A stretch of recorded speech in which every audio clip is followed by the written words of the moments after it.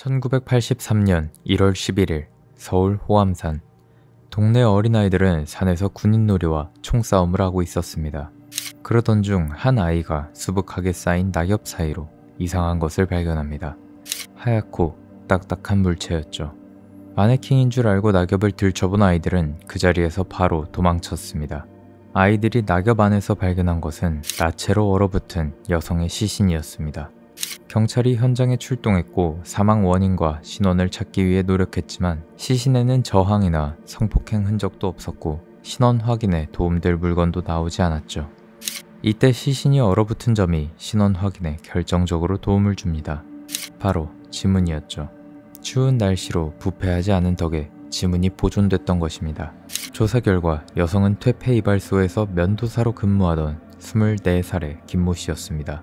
경찰은 인맥 관계 조사를 통해 김모 씨가 한 남성과 자주 어울렸고 내연 관계인 점을 확인할 수 있었습니다. 그 남성은 42살의 이동식, 보일러 배관공이면서 아마추어 사진작가로 활동 중이었습니다. 경찰은 바로 이동식의 집으로 찾아갑니다. 그녀의 죽음을 알리면서 관계를 묻지만 이동식은 모르겠다고 일관하죠. 자신은 그저 미용실을 다녔을 뿐이라고 말입니다. 경찰은 그 자리에서 물러섰지만 이동식을 용의선상에서 내려놓을 수 없었습니다. 바로 그가 촬영해왔던 사진의 주제 때문인데요.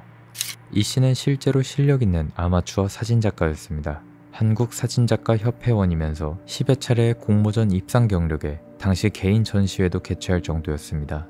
그는 죽음을 가장 극적이고 아름다운 순간으로 생각하는 작가였습니다. 공모전에서 은상을 받은 작품의 주제도 죽어가는 닭의 모습이었죠.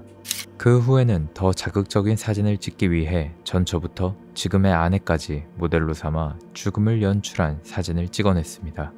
거기에 김 씨와 내연관계이기도 했으니 경찰은 이동식을 놓아줄 수 없었죠. 결국 경찰은 피해자의 사진을 찾기 위해 이동식의 자택과 사무실을 조사하기 시작합니다. 하지만 온 집안과 사무실을 뒤져도 필름과 사진은 나오지 않았죠. 그때 한 담당 형사가 보일러실 벽에서 이상한 점을 발견합니다. 한쪽 벽의 일부만 도배되어 있던 것이죠. 담당 형사가 벽을 두드렸을 때 속이 빈 공간처럼 소리가 울려왔습니다. 벽지와 합판을 뜯어낸 곳에서 발견된 것은 한 통의 필름. 그 필름 안에는 고통에 몸부림치며 죽어가는 김 씨의 모습이 담겨 있었습니다. 그 필름을 이동식에게 보여줬지만 그는 죽어있는 사람을 찍은 것뿐이라며 살인 혐의를 부정했습니다. 경찰은 이동식의 살인 혐의를 입증해야 했기에 수많은 사진 전문가에게 검증을 맡겼습니다. 그리고 당시 사진학계의 거장인 홍순태 교수로부터 조언을 듣게 되죠. 현미경으로 사진을 확대해보라고 말입니다. 사람의 솜털이 서 있으면 살아있다는 것을, 누워있으면 이미 사망했다는 것을 의미한다는 말이었죠. 80년대 당시 이동식이 사용했던 카메라는 일반인이 거의 쓰지 않는 고해상도 카메라였기 때문에 현미경으로 확대할 수 있었습니다. 경찰은 21장의 사진에서 김 씨의 솜털이 점차 누워지는 것을 확인합니다. 이 사실이 드러나자 이동식은 자신의 범행을 자백했고 내용은 이러했습니다. 1982년 11월 27일 이동식과 김 씨는 이발소에서 처음 만났습니다. 전처와 지금의 아내를 더는 죽음의 모델로 찍지 못했던 이동식의 눈에 김 씨가 들어온 것입니다. 이동식은 자신을 사진 작가라고 소개하며 몸매가 너무 예쁘다, 모델을 해도 되겠다며 김 씨를 유혹했습니다. 당시 대구에서 남편의 폭행을 피해 가출했던 김 씨는 이동식의 직업과 감언이설에 이끌리게 됩니다. 12월 13일 이동식은 김 씨에게 출세를 시켜주겠다는 이유로 누드 사진을 찍자고 합니다. 김 씨는 제안을 수락했고 다음날 호암산에서 사진을 찍기로 약속하죠. 이동식은 약속을 정한 후 동네 약국에서 캡슐형 알약을 구매하고 집으로 돌아가는데요. 집에 돌아간 이동식은 캡슐의 내용물을 집에 있던 청산가리와 바꿔치기 합니다. 김 씨가 죽어가는 모습을 담기 위한 준비물이었죠. 다음날인 12월 14일 버스 정류장에서 내린 이동식은 김 씨에게 독약을 먹이기 위해 마시는 감기약을 한 병 구매합니다. 오전 11시 산을 올라 촬영이 시작됐고 이동식은 김 씨에게 옷을 벗고 사진을 찍으면 감기에 들 테니 약을 먹으라며 청산가리 캡슐 2개와 마시는 감기약을 건넵니다. 아무런 의심 없이 약을 받아먹은 김 씨는 땅바닥에 쓰러져 몸부림치기 시작했고 이동식은 바로 달려들어 사진을 찍어 나갔습니다. 죽은 직후에도 팔을 묶거나 자세를 바꿔가며 촬영을 계속했죠.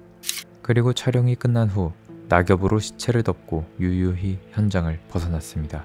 사진 검증과 자백을 결정적인 증거로 이동식의 범죄 행위는 만천하에 드러났습니다. 이 사건이 국내에 공개되면서 외신에는 충격적이고 엽기적인 사건으로 보도됐는데요.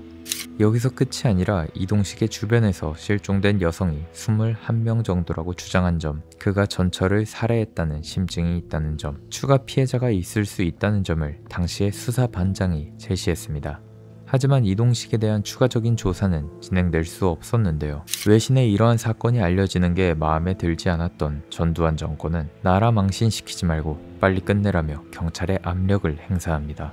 수많은 주장과 심증에도 조사는 중단됐고 이동식은 살인과 시체 유기 혐의로 1심에서 사형을 선고받습니다. 하지만 그는 형량이 무겁다며 항소와 상고를 거듭했는데요. 모두 기각당한 뒤 1984년 2월 16일 사형이 확정 판결되어 1986년 5월 27일 서대문 서울구치소의 마지막 사형수로 형장에서 사라집니다.